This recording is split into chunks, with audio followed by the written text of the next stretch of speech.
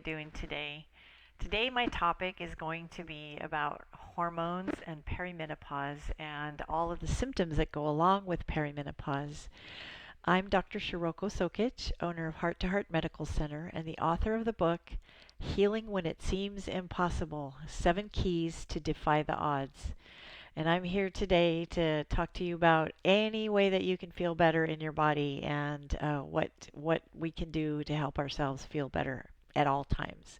So perimenopause can begin at as early as age 35, or for some women even in their early 30s. And it can go all the way up into the 50s. So different women have different times of their lives when they start to feel these symptoms. And it's really defined as when your hormones start to shift, you start to have experiences of different things. And the symptoms can be so many different things. It could be that you start having your periods be heavier. It could be that your periods get later. It could be that they get more or less frequent. So it's many different versions of different symptoms. Then there's weight gain, bloating, moodiness with PMS, PMS, worse PMS, symptoms of headaches, irritability, aches and pains, and feeling tired, and sleeplessness, and all of these things can occur for different women at different times in different ways. So there's a lot of different elements that are involved. And I always love using Chinese medicine because that is one of my tools. And so I'm going to talk to you about what's happening in your body and then what you can do about it at different times, depending on what you need. So, well, actually, I'll start with a little bit of Western medicine. So, first of all, what's happening with perimenopause is that your ovaries are sort of slowly starting to reduce production of certain hormones. And your ovaries produce estrogen and progesterone. But other hormones are also affected. So, your thyroid can be affected, and your pituitary can be affected, and even your pancreas, which your pancreas produces insulin and blood sugar regulation. So all of the hormones in your body can actually be affected during perimenopause times. And so you'll have various symptoms. Some women get depressed. Some women get, like I said, irritable and moody at certain times of the month. And it can be because of many things. The first thing is for most women is that both estrogen and progesterone sort of start to decline. But in modern times, what's been happening is that we have a lot of phytoestrogens or chemicals in our environment that are mimicking estrogen production. And so symptoms of too much estrogen can actually also occur. And because progesterone is naturally declining, then you'll have this big imbalance between progesterone and estrogen as you have these perimenopausal symptoms. And so for many women, a lot of the symptoms are really because they have much less progesterone than they have estrogen. In Chinese medicine, how we describe it is that the liver regulates the smooth flow of energy in your whole body, and it regulates your menstrual cycles in the sense that it also regulates that smooth flow of your menstrual cycles. And the liver also regulates the emotion of anger, and it deals with stress. It also regulates the ligaments and tendons and the need to get things done. So the liver is a very busy organ, and it stores the blood. The spleen makes the blood, which is, again, Chinese medicine. So this is different than Western medicine. And so when even very young women can have imbalances in their liver, which will cause symptoms of PMS and problems with their periods even before they have perimenopause, because the liver can make the flow of energy in your body or the flow of your cycle be more irregular. And then the second organ that has a lot to do with the menstrual cycles is the kidneys. And the kidneys regulate your overall sense of having energy, big transitions in life, the emotion of fear, and they regulate your low back, your knees, your bones, And if you translate overall sense of having energy into Western medicine, that would mean hormones. So your adrenal hormones and your ovaries, all of those things. And so as the kidney energy, as we get older, our kidney energy sort of naturally declines. And that again goes along with having um, perimenopausal symptoms and getting sort of less periods and changing your life in a lot of different ways. And so in Chinese medicine, what we do is we provide herbs or acupuncture in order to help that energy get balanced. So everything is about getting balanced and maintaining balance in your body. And there's many ways to approach it. There's literally, I don't know, not a million herbs, but a lot of different herbs that affect um, the periods and the energy flow and how your body functions and all of that stuff. And then there's also hormones. And there are women who are on birth control pills to help regulate their cycles as they get older, but those are synthetic hormones.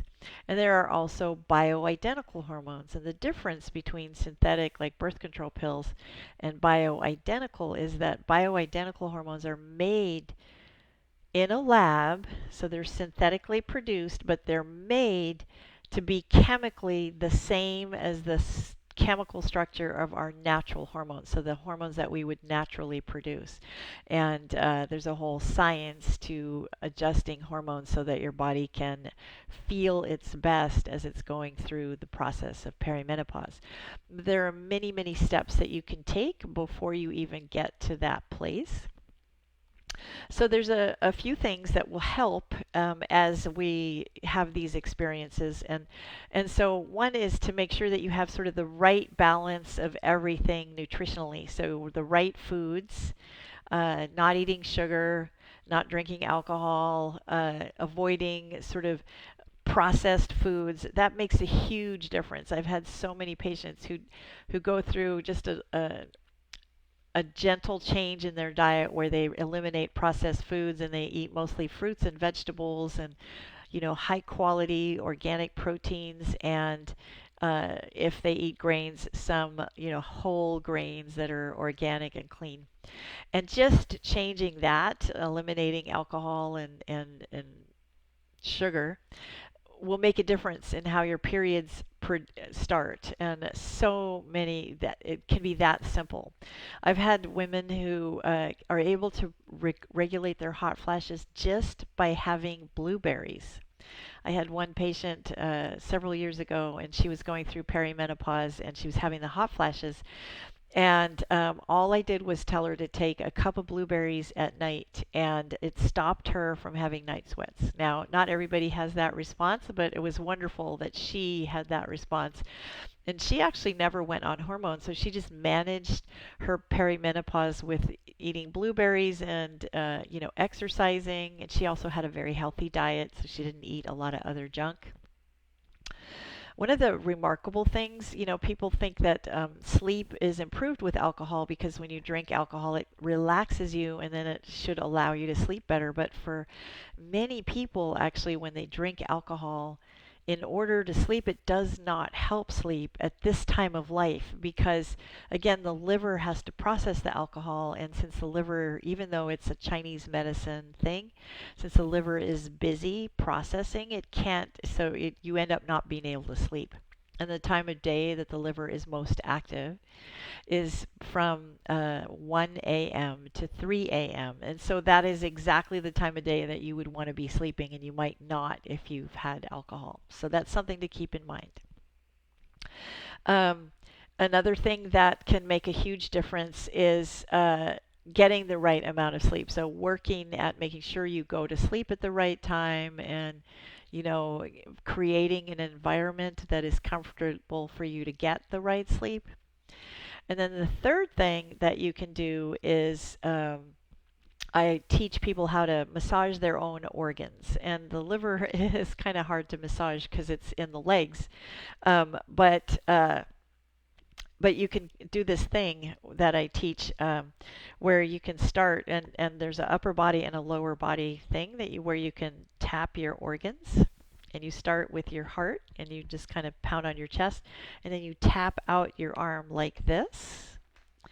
And then you tap up the back of your arm like that. And you do it on both sides. It comes up into your neck.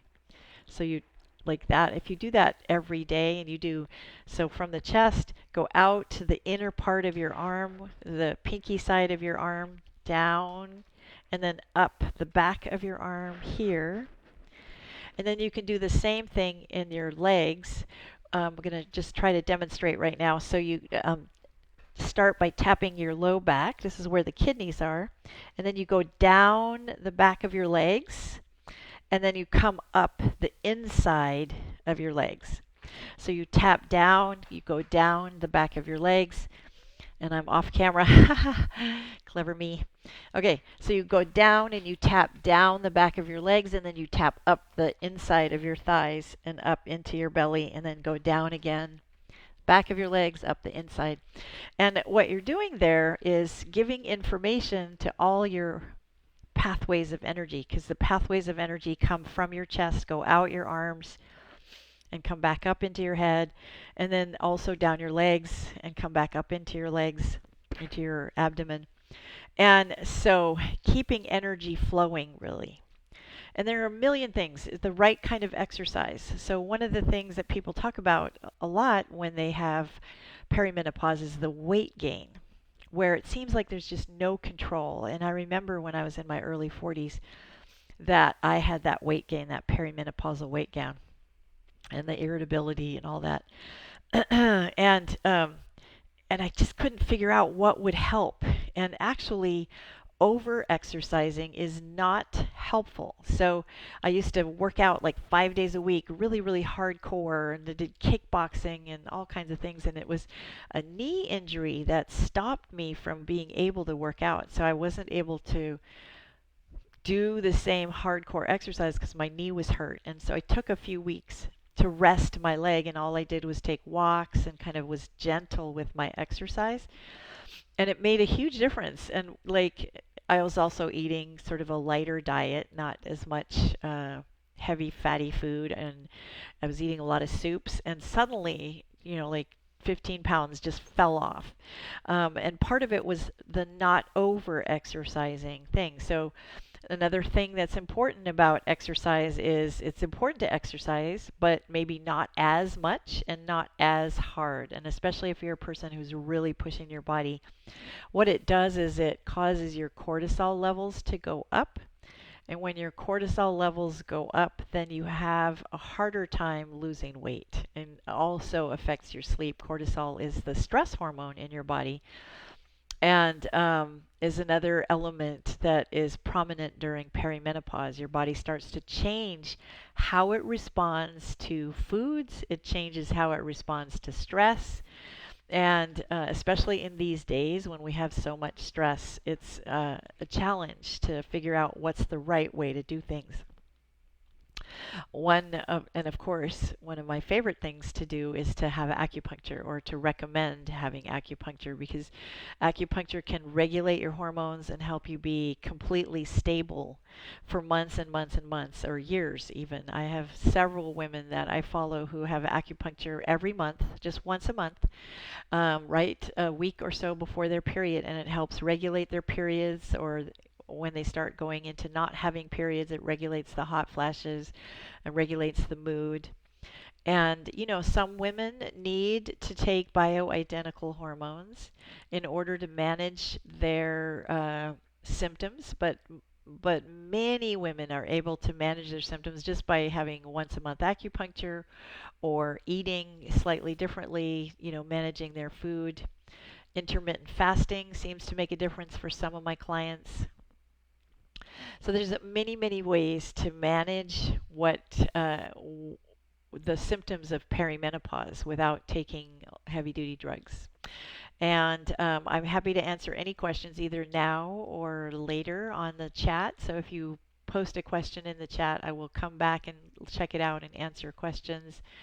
And I hope you have a wonderful, wonderful day. And remember that your body can be happy and healthy, and you don't need to stress about it too much because that makes it even worse. All right, have a wonderful day. Thank you so much.